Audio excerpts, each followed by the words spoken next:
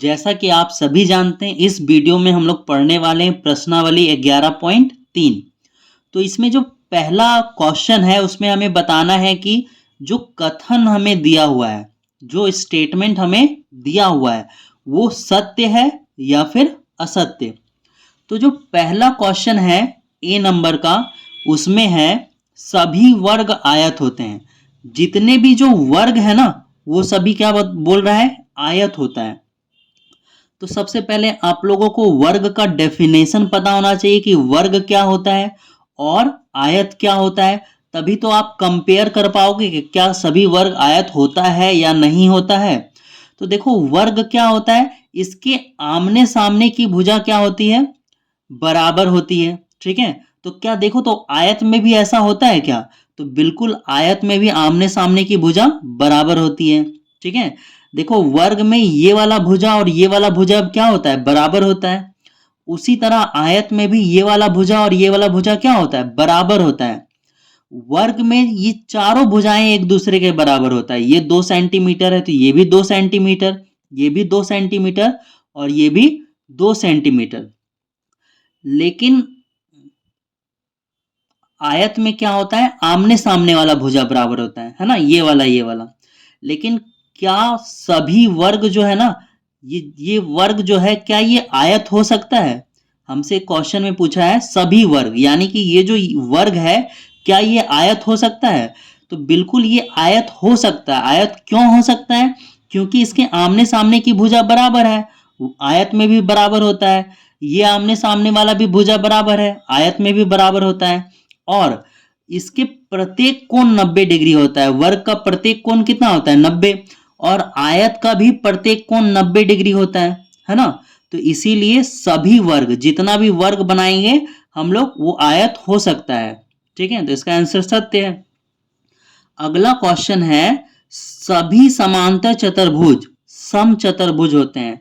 तो समांतर चतुर्भुज क्या होता है? समांतर चतुर्भुज हम लोग उसको बोलते हैं जिसके आमने सामने की भुजा बराबर होती है। ये वाला भुजा किसके बराबर होगा, इसके बराबर होगा। तो आमने सामने की भुजा क्या होती है, बराबर होती है। लेकिन समचतुर्भुज में क्या होता है पता है? समचतुर्भुज में चारों भुजाएं बराबर होती है। ये भुजा इसके बराबर, ये भुजा इसके बराबर और ये भुजा इसके बराबर।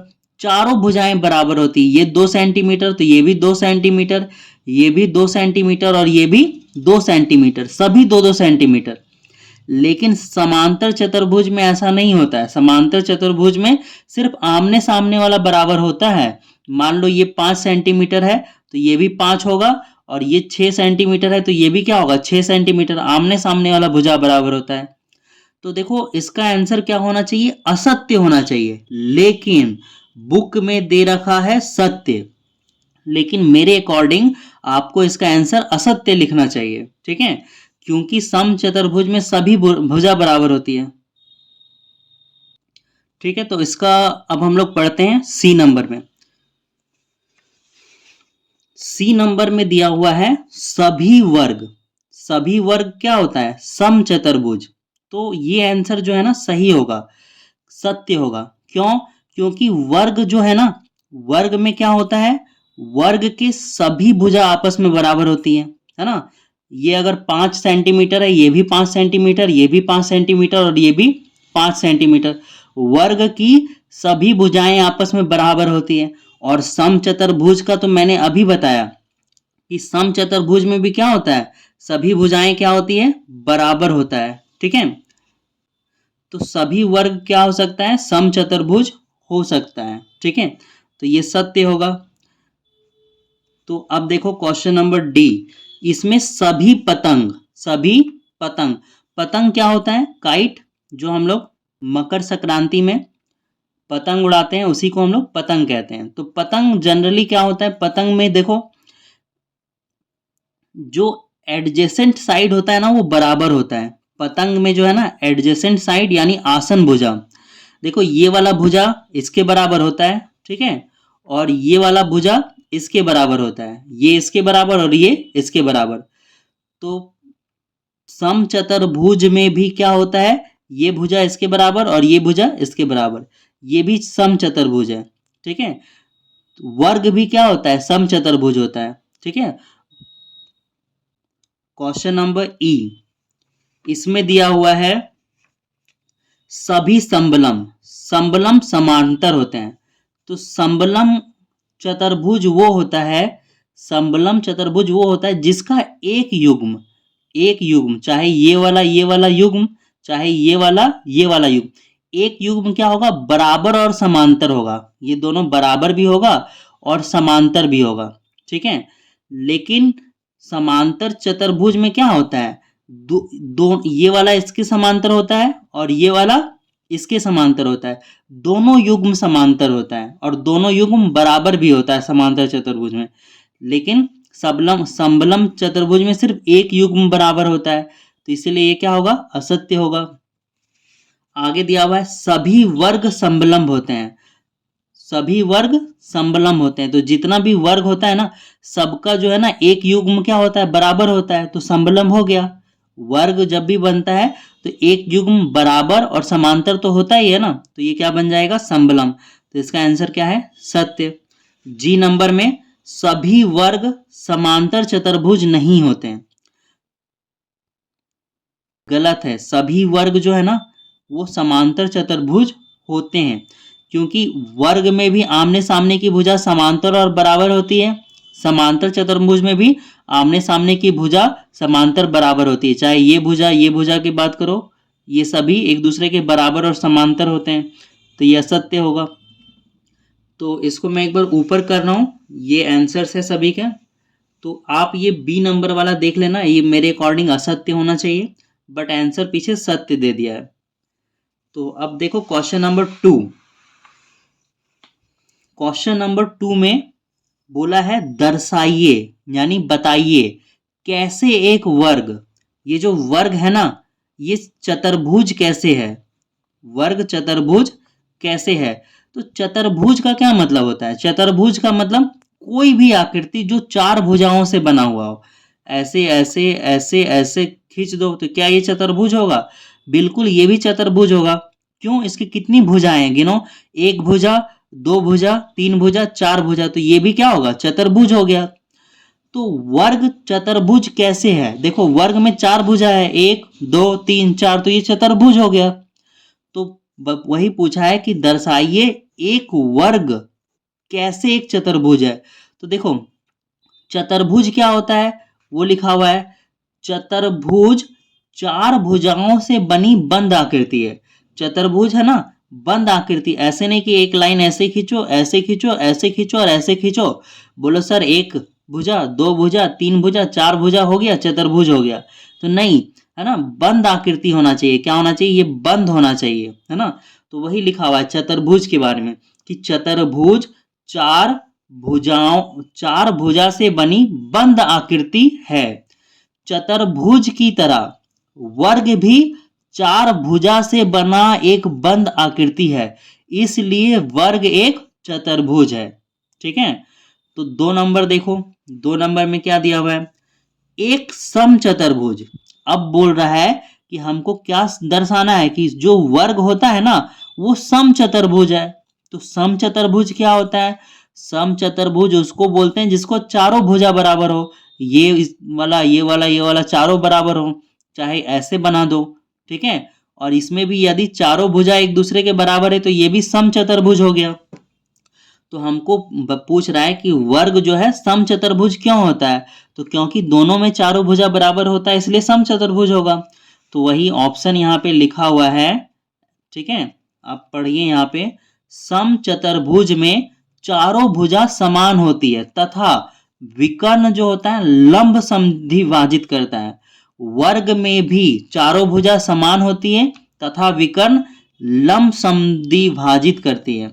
लंब समद्विभाजित का क्या मतलब होता है कि अगर यहाँ पे एक मैंने वर्ग बनाया, ठीक है, और ये विकर्ण ऐसे गया, ठीक है, तो यहाँ पर ये 90 डिग्री बनेगा। वर्ग में ये जो है ना 90 डिग्री का कोण बनता है, यहाँ भी 90, यहाँ भी 90, है ना, 90 डिग्री बनता है।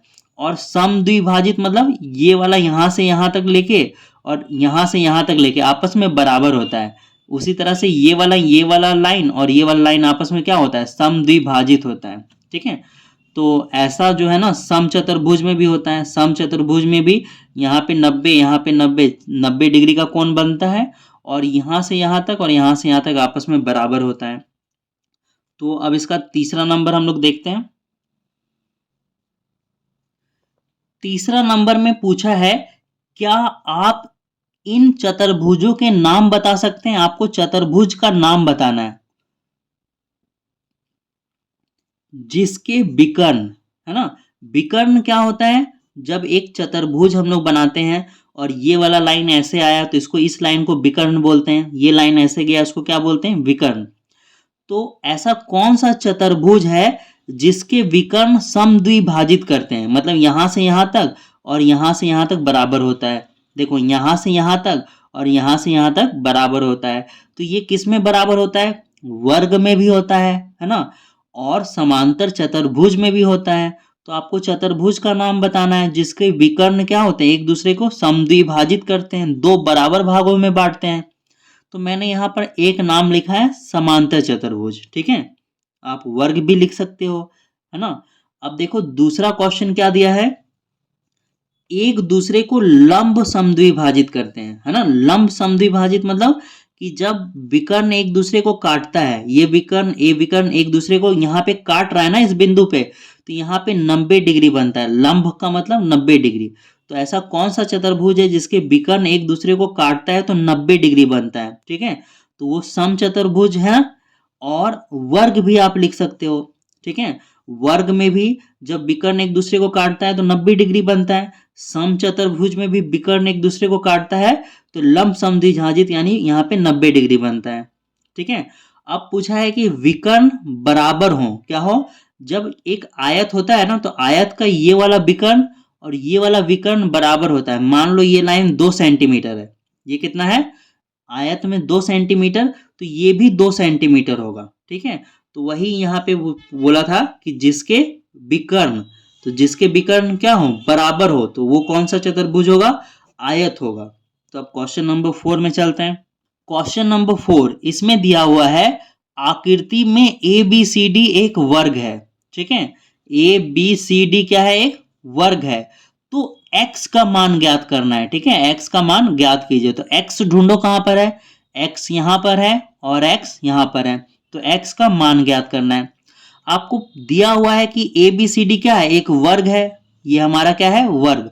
तो आप जानते हो वर्ग के जो विकर्ण है ना, एक दूसरे को समद्विभाजित करते हैं। मतलब यहां से यहां तक जो विकर्ण है और यहां से यहां तक जो विकर्ण है वो बराबर होगा। ये वाला और ये वाला क्या होगा?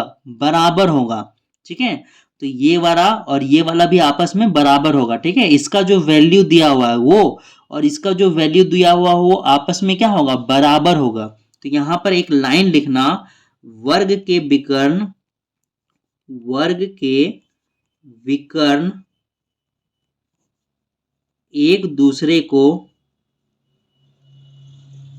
वर्ग के विकर्ण एक दूसरे को समद्विभाजित करते हैं, समद्विभाजित